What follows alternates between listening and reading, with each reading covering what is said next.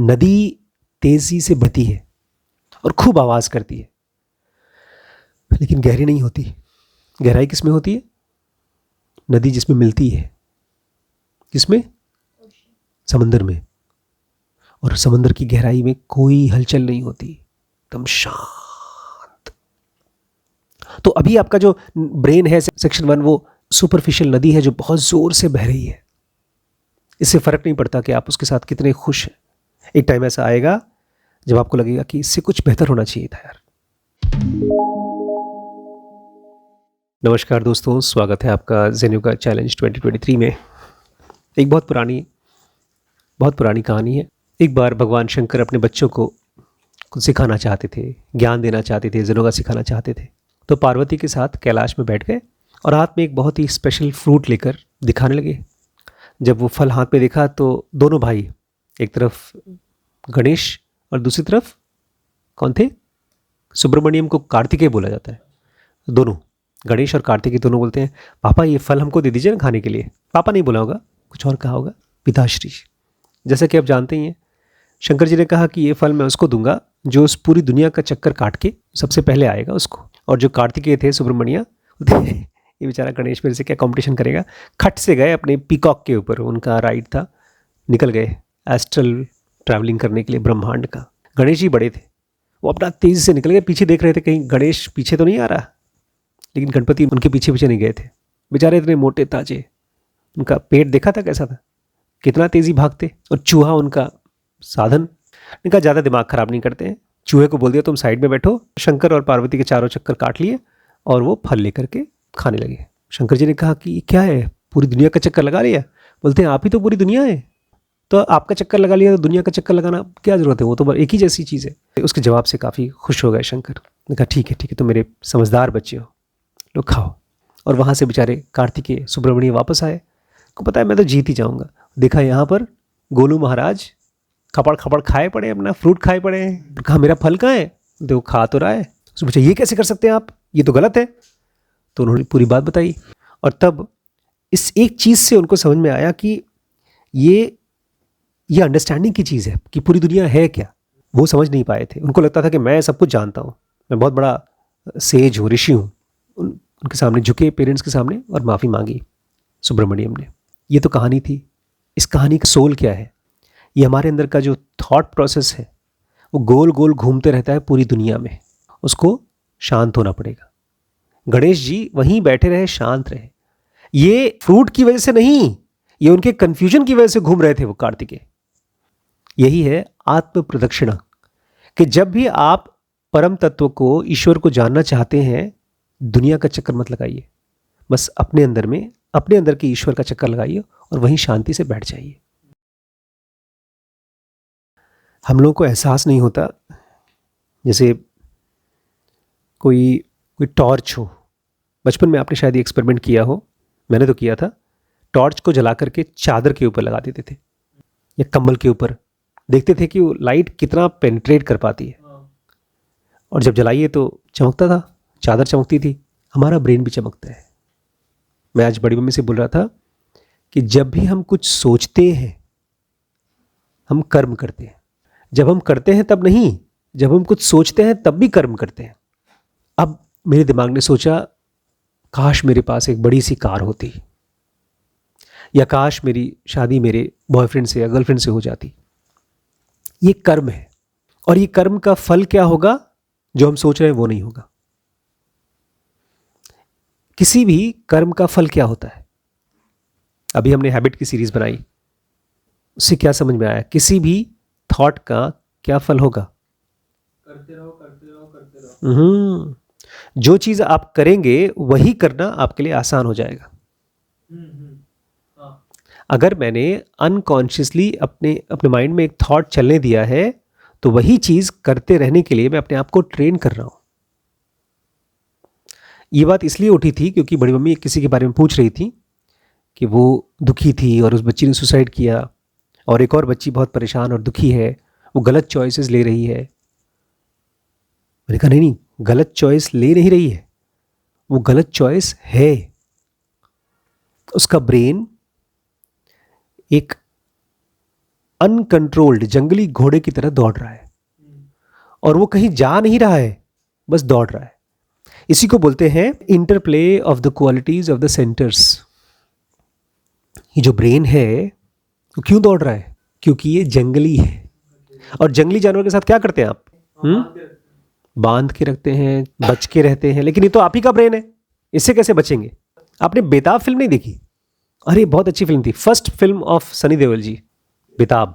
उसका काम बड़ा अच्छा था, जंगली घोड़ों को लेकर के उसको ट्रेन करना। तो जंगली जानवर के साथ क्या करते हैं आप? उनकी ट्रेनिंग करते हैं। तो ट्रेनिंग कैसे करेंगे अपने ब्रेन की? सनोगा कहती है जब तक आपने कॉन्शियस एफर्ट्स का इस्तेमाल नहीं किया, जब तक आपने करेक्टिव मेथड्स इस्तेमाल नहीं किया, जब तक आपने बाकी डिसिप्लिन्स यूज नहीं किए, तब तक आप interplay of qualities of section 1 में घूमते रहेंगे।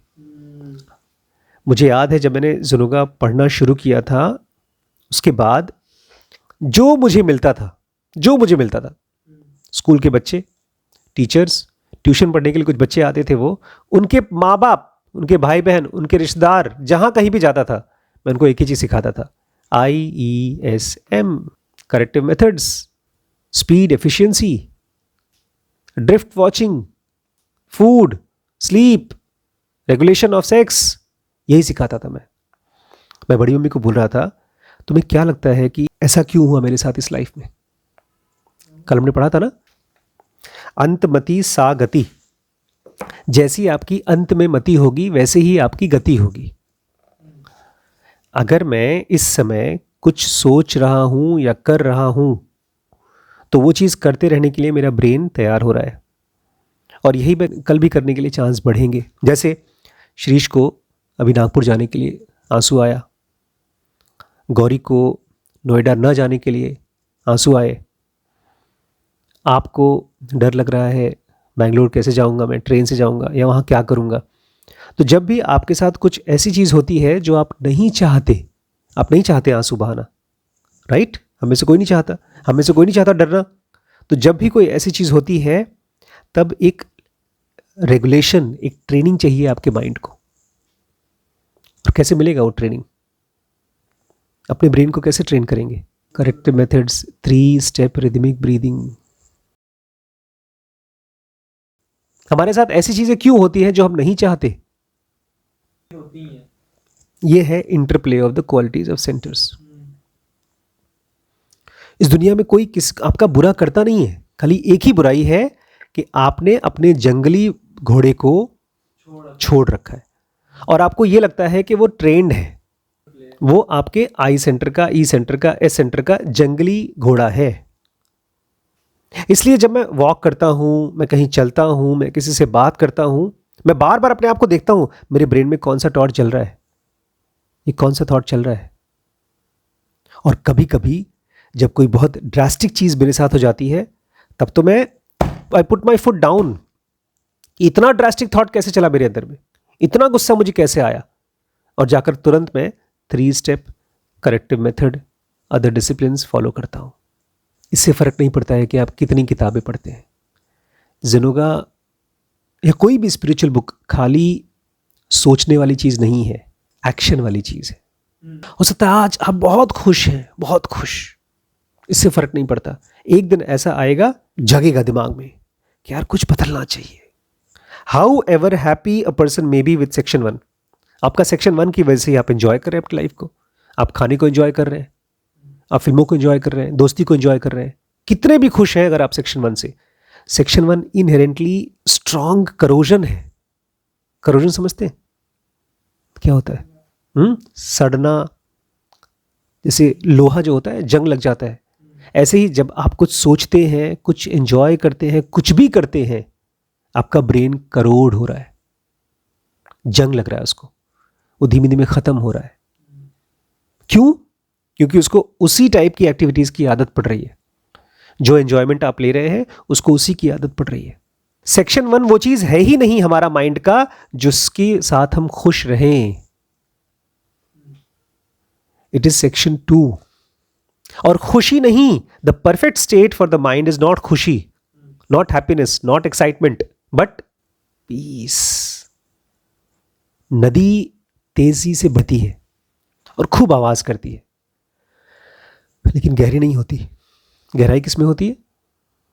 नदी जिसमें मिलती है, किसमें? समंदर में। और समंदर की गहराई में कोई हलचल नहीं होती, एकदम शांत। तो अभी आपका जो ब्रेन है सेक्शन 1, वो सुपरफिशियल नदी है जो बहुत जोर से बह रही है। इससे फर्क नहीं पड़ता कि आप उसके साथ कितने खुश हैं। एक टाइम ऐसा आएगा जब आपको लगेगा कि इससे कुछ बेहतर होना चाहिए था यार। आज बहुत दुखी है, बहुत परेशान। वो इसलिए परेशान है क्योंकि वो अपने सेक्शन 1 से खुश थे, अपने रुपए पैसे से, अपने रुतबे से, और एक ही सेकंड में खत्म। किसी ने जाकर के एक कागज पे साइन कर दिया, उनका खत्म रुतबा। वो सेक्शन 1 की कमजोरी है। कागज से भी ज्यादा कमजोर है हमारा सेक्शन 1। सेक्शन 1 क्यों खतरनाक है? क्योंकि वो एक बीमारी से परेशान है। या तो अट्रैक्ट होता है या तो रिबेल होता है। चीजों से, लोगों से, सिचुएशन से या तो अट्रैक्ट होता है या तो रिपेल होता है। फिलहाल आप खुश हैं नहीं, लेकिन कल या परसों या किसी भी टाइम आप किसी से अट्रैक्ट होंगे। वो सेक्शन 1 की दिक्कत है। ये खाली सेक्शन 4 जब आपका फुली डेवलप हो जाता है तब ये बीमारी खत्म होती है। ज़रूर ने मुझे बहुत नई चीज सिखाई है। पहले मुझे लगता था झूठ या इल्यूजन या माया केवल वो चीज है जो कुछ सेकंड के लिए रहती है फिर खत्म हो जाती है, जैसे ड्रीम या कोई थॉट। हम किसी थॉट से परेशान नहीं होते, मन में आया उसके बाद चला गया। लेकिन ज़रूर बोलती है झूठ का या माया का या इल्यूजन का डेफिनेशन है जो चीज आई है और गई, आई है और गई, लेकिन इससे फर्क नहीं पड़ता कि वो कितने समय तक है। जैसे हम सपना देखते हैं तो आधे घंटे के लिए सपना देखते हैं, 1 घंटे के लिए सपना देखते हैं। फिजिकल वर्ल्ड में मैं आरती को जानता था जिसने कल सुसाइड किया। उसकी एक 6 साल की बच्ची भी है, सबसे बड़ी बच्ची थी दीदी की, कल खत्म हो गई। अब वो नहीं है। मैं ओपी श्रीवास्तव जी को जानता था जिन्होंने इस जगह की रजिस्ट्री कराई थी, उनसे हमने 4-5 प्लॉट भी लिए हैं। अब वो नहीं है। जो नहीं है वो नहीं था, वो इल्यूजन है। ज़नोगा कहती है इससे फर्क नहीं पड़ता है कि कोई इंसान 70 साल तक है या 700 साल तक, जिसका जन्म है और जिसकी मृत्यु है वो इल्यूजन है। आपके पास एक बहुत खूबसूरत लैपटॉप है, वो लाए हैं, वो बना है और अब कुछ दिनों के बाद खराब हो जाएगा, तो वो इल्यूजन है। तो माया क्या है? जो थोड़ी कम परमानेंट है और लेस इसेंशियल है। ये हमारे ब्रेन को लगता है कि बहुत ज़रूरी है। असल में जो भी चीज़ खत्म हो गई उसके बिना भी तो हम जी पा रहे हैं, इसलिए वो ज़रूरी नहीं है। लेकिन माया की एक बड़ी प्रॉब्लम है, इल्यूशन की एक बड़ी प्रॉब्लम है, वो हमको एक ऐसा आभास देता है कि होगा, कल होगा, परसों होगा। जुए की तरह है। आपको खुशी मिलती है, फिर वो खत्म हो जाती है, फिर लगता है फिर से करेंगे तो खुशी मिलेगी। माया का खाली प्रॉमिस है कि फ्यूचर की क्वालिटी का सीड्स है उसमें। प्रेजेंट पे कुछ नहीं देता, खाली आपको फ्यूचर की प्रॉमिसेस देता है। ये माया है। अब फिजिकल वर्ल्ड में ढेर सारी चीजें हैं, कुछ लेटेंट है, कुछ पेटेंट है। लेटेंट मतलब छुपी हुई, जैसे इसमें जो बैटरी है, बचा हुआ बैटरी अभी लेटेंट है, अभी यूज नहीं हुआ है। और पेटेंट मतलब जो उजागर हो गया है। तो इस फिजिकल वर्ल्ड में बहुत सी चीजें हैं जो अभी आपके सामने नहीं आई हैं, लेटेंट है, और बहुत सी चीजें हैं जो पेटेंट है। जैसे हमारे अंदर में डिवाइन फ्रैगमेंट है, वो हमको दिखता नहीं अभी, वो लेटेंट है। अभी बहुत से दुख हैं हमारी लाइफ में, वो सब लेटेंट है। फिलहाल जो हम देख रहे हैं, जी रहे हैं, वो है पेटेंट। लेकिन ये प्रॉब्लम है फिजिकल वर्ल्ड की कि यहाँ जो भी चीजें हो रही हैं उसको आप किससे देखते हैं? ये मेरे हाथ क्या है? ये कौन सी वॉल है? IESM। ये तो मैं बहुत तेज देते से ला रहा हूँ, ऐसे ऐसे चलता रहता है आँख के सामने। I और E और S। सोचिए अगर गाड़ी चला रहे हैं और आप आँख के सामने IES चल रहा है, कुछ दिख नहीं रहा है, वही इस दुनिया की शराब है। आप कुछ भी देखेंगे तो IESM के इंटरप्ले ऑफ क्वालिटीज से देखेंगे, उनके धुंधलेपन से देखेंगे। और जब तक आपका IESM चलेगा, आपका इमोशन आपको बताएगा नहीं नहीं, जो दिख रहा है वही सही है, वो है, फिजिकल वर्ल्ड है, ये बॉडी है और ये कभी खत्म नहीं होगी, इसलिए इसी को चाहो। हम बार बार इसी को चाहेंगे, और जब हम इसी वर्ल्ड को चाहेंगे तो बार बार यहीं जन्म लेते रहेंगे। इस फिजिकल वर्ल्ड से फ्रीडम नहीं मिलती। इसको रोक कैसे पाएंगे? फिर से corrective methods, disciplines, 3 step breathing, etcetera etcetera. 100 बीमारी का एक दवा। ये जो आप देख रहे हैं ये है फॉर्म, रूप, और इसके अंदर जो आप नहीं देख पा रहे हैं वो है कॉन्शियसनेस। है कि नहीं मेरे अंदर कॉन्शियसनेस? कैसे पता? वो तो मेरा मोबाइल भी कर पाता है, मोबाइल भी चीज़ों को देख पाता है, स्टोर कर पाता है, सुन भी पाता है। 2 सेंस तो उसके अंदर भी आ गया। तो हो सकता है कल को ऐसा एक कंप्यूटर आ जाए, आप यहाँ बैठे हैं और आप अपने फ्रेंड को दूर में उसको सूंघ भी सकते हैं, उसकी खुशबू आपको मिल जाए। आज देख तो सकती हैं। तो मोबाइल में और आप में क्या डिफरेंस है? या एक रोबोट में और आप में क्या डिफरेंस है? अगर रोबोट हर चीज़ को देख सकता है, सूंघ सकता है, टच कर सकता है, लेकिन आपको कैसे पता कि आपके अंदर डिवाइन है और उसके अंदर डिवाइन नहीं है? ये मैं जानबूझ के क्वेश्चन डाल रहा हूं ताकि आपके ब्रेन में एक आइडिया डेवलप हो कि क्या पता मेरे अंदर डिवाइन है। देखिए फिलहाल जितने लोग बैठे हैं, सबसे ज्यादा भरोसा किसको है कि डिवाइन फ्रैगमेंट हमारे अंदर है? चारों में से मुझे। आपको कैसे पता चला मेरे अंदर भरोसा है सबसे ज्यादा? मैं ऐसी चीज को बकबक करता रहता हूं, हमेशा मैं बोलता रहता हूं। तो मैं बोलता क्यों हूं? क्योंकि मेरे ब्रेन में है, थॉट में है, मेमोरी में है। आप लोग क्यों नहीं बोलते? सर भूल जाते हैं, सिलेबस में नहीं था ना, नया पढ़ना शुरू किया है। तो इसीलिए मैं आपको दे रहा हूं ताकि आपके ब्रेन के सिलेबस में घुसे कि कॉन्शियसनेस भी नाम की कोई चीज होती है। ज़ेनोका कहती है ये जो बॉडी है और इसके अंदर जो कॉन्शियसनेस है, ये दोनों अलग अलग चीजें हैं। अब 2 लोग, मान लीजिए आप और मैं, दोनों अलग अलग हैं। फॉर्म दोनों का सेम है लेकिन हम दोनों का कॉन्शियसनेस बहुत अलग अलग है।